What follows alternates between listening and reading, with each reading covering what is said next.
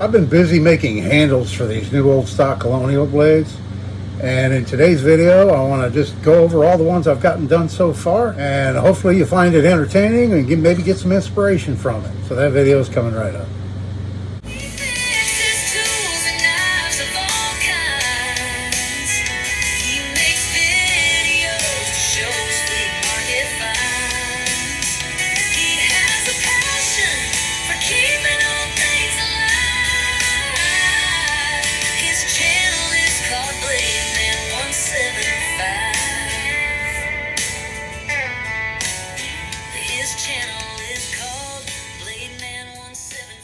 Hello everybody, and thanks for coming back for another video. Glad you're with me out here in the shop today. This is Dave, your host, and I thought I'd show you all these Colonial fixed blades that I've gotten done so far.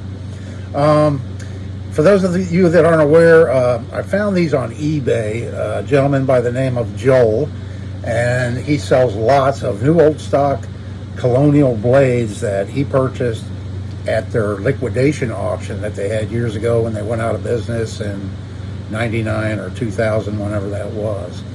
And I bought a number of these, and I've been having a lot of fun playing around with different handle designs for them, and I thought I'd just show them all in one video, what I have done so far, and see if you can pick your favorite out of all of them.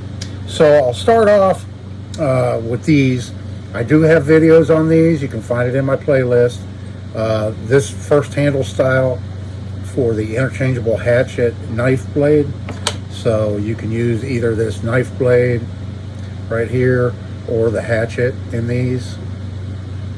And then that was the first handle design out of walnut. And then this one I made with Macquarie mahogany, and it locks in. You can just snap it into place, the blade or the hatchet blade on that one. So I'm calling that my improved design, and I burned my logo in the handle. So moving along to these, I'm going to go larger to smaller. All these blades are made from high carbon steel, probably like 1075 or 1095, I'm guessing. None of these have been sharpened yet. The edges are dull, so if you see me hold it like this, it's not sharp at all. They're blunt edges on them. That's how I bought them. There was a couple I found that are somewhat sharp. Not really sharp, but somewhat sharp. Anyway, so this is what the tangs look like on the Red Ryder blades. These blades are 6 1/4 inches long, with about a 5.5 inch cutting edge, and they're stamped Red Ryder here on the blade, USA. They're not stamped Colonial, but these were made by Colonial. So the first one I did is this one right here. I used wild olive wood, spalted wild olive wood, and this is a one-piece handle. And what I did on this one, I mortised it out to accept the tang. And I didn't have to mortise it all the way. You can see the tang stops right about here where these back pins are. And I'll just show you here how it works. So rather than using the 2 holes in the middle of the tang, which I surely could have used easily, I put 2 pins in these little indexes in the tang. And then I added 2 more down at the end just for appearance. So these are just for looks. They don't serve any purpose. And these 2 pins help secure it in. It is epoxied in place, and it really didn't need any pins at all. But just for a little added security, I added the pins. And then I thought I was kind of going for an old style look. You know, knives that were made back in the 1800s and stuff that use pins like that. That's kind of what I was going for on that one. So it has an aluminum guard with a brown spacer, the spalted wild olive wood, 4 pins, which I believe these are stainless steel or nickel, I forget which I used, and then an aluminum pommel. And the pommel, I actually drilled and tapped it for a small bolt, and then I threaded that in with some Loctite, and then bored a hole in the end, and epoxied that in place to help secure that on. So that's how the pommel's held on that knife. So that was the first Red Ryder, and then the second Red Ryder I did is this one right here. And this one's a little bit different in that it actually has a two-piece handle with a spacer. And it really speeds up the construction having that spacer. There's no mortising involved or anything like that. You just take whatever spacer material you want to use and make it to the same thickness as the tang, and then you just cut a notch out where the tang is, so you don't have to alter the tang at all. And on this one I used a pin in one of the holes, in the smaller of the two holes on the tang, to help secure it. And then I added a thong to it, thong hole, and this one has an aluminum guard. And the spacer I used on this one is basswood. I have some basswood that was the right thickness, and so that's what I used for this mahogany handle one. So there's that one. That's the only other Red Ryder other than the blade I modified. I modified a Red Ryder blade for the Interchangeable. And so I have another one of those I'm going to be modifying the tang on for the other handle that I made. So then moving on to a different style of blade, we have these right here. And I really like this style blade. On this one I used a red linen-based micarta for the handle. Some very old micarta I had laying around. It's over 30 years old, so it's kind of discolored a little bit, you can see. But I used nickel silver rivets and an aluminum guard there again on this one. And I oversized the handles on these a little bit. The tangs are pretty narrow, and I'm not sure what kind of handles Colonial intended to put on these, but I assume they were a plastic wraparound type that went around the tang. So it is a full tang knife, but I don't believe they expected the tang to be exposed with the handle style that they were going to use on these. Kind of like the old plastic fixed blade knives that have the caribou molded into the plastic handle, kind of a simulated stag looking thing. I believe that was the types of handles for these. So there was one I made with a micarta handle, real easy, and I epoxied the micarta on and then used nickel silver rivets for that one. And then the next one I made of that style knife is right here, and on this one I used a Brazilian rosewood, and there again an aluminum guard that I put a little shape to on this one. And this one I used brass rivets, but other than that it's exactly the same as the other one, a little bit oversized. A rosewood handled knife. So there's that one.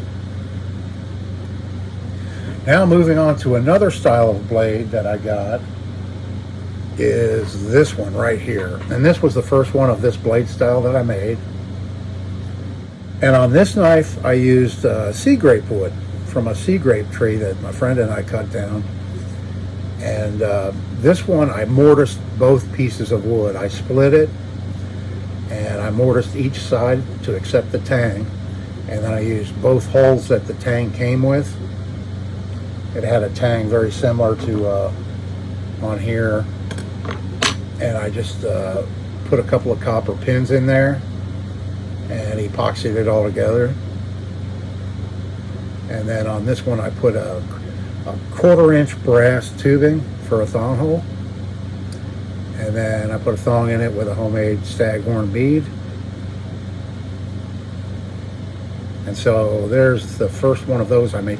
The only thing I really didn't like about this one, the tang stamp's a little bit crooked on this. It's stamped at an angle on the Colonial, you can see. Like I've got it pretty level right there, and you can see the handle isn't in line with it. So I corrected that on the next one that I made, and that's this one right here. So I angled the handle to the same as the stamp on the tang. to the same angle. And then on this one there again, I used copper pins and did it the same, except I didn't mortise this one. I actually used a spacer material, and in this case I used a white G10, and I used 2 layers of it. But I had to shave it down a little bit to get it to the right thickness to accept the tang, where everything would be all nice and tight on it. And went with a little bit different shaped handle. It's a small handle, but it's a small knife. These blades have about a 4-inch cutting edge on them. And so there's that style of knife. I only have 2 of these done so far. I think I have four more blades or so. Then the next style is these. I'm calling these fish knives. All these are high carbon. If I didn't mention it before, probably 1075, 1095 high carbon. But the fish blades are actually made out of some type of stainless steel. And it could be like a 420 high carbon or something like that. But these are all stamped stainless Colonial, Providence, USA. And I'm calling them fish knives because this saw back here isn't sharp at all. You could sharpen it and turn it into a saw if you wanted, but it makes a really nice fish scaler. And although the blade isn't that thin and it's not flexible as you'd find in a fillet knife, but you could definitely use these as like a bird and trout knife. It's kind of the idea, I think. So not sure what kind of handles they intended for these Colonial out of the factory, but I made one here with a dense foam rubber handle that floats, and I utilized this hole in the end of the tang to retain it in there. So it's a piece of 3/4 inch thick, very dense foam. It's not very squishy at all. You can get a little bit of give to it, but it's pretty dense, and it floats. So that's the nice thing about it. So I just bored a small hole into the foam rubber, and then I inserted the tang. I forced the tang in there, and then I bored a hole at the end to thread the paracord through to help retain it, even though it's not coming out easily. And then I made a little staghorn bead for this one. So this is the rubber handled floating fish knife. And then I made another one with a wenge handle. This one has wenge, and I used I cut off a piece of CO2 cylinder to make the ferrule for it. And so it will rust. It was plated, but I've got it polished up, but it will rust if it's not kept protected. But I didn't check. This one possibly could float. I'm not sure. I didn't check it. There's a possibility this one might float, but I was just playing around with that idea, and so there's that one I came up with the wenge handle. And then that brings us to the most recent one that I completed yesterday, and it's another fish knife, and here it is. I went with a staghorn handle on this one, and it was a very old piece of stag I had laying around for a long time. And I used brass for the guard on this, and a couple different colors of G10 spacer material, the blue and white there. And I left it a crown stag rather than put a pommel on it. I just used the crown as the pommel and polished that up a little bit. And then I did put a little bit of stain. I did put a little bit of dye on the handle and dyed it a little bit here and there.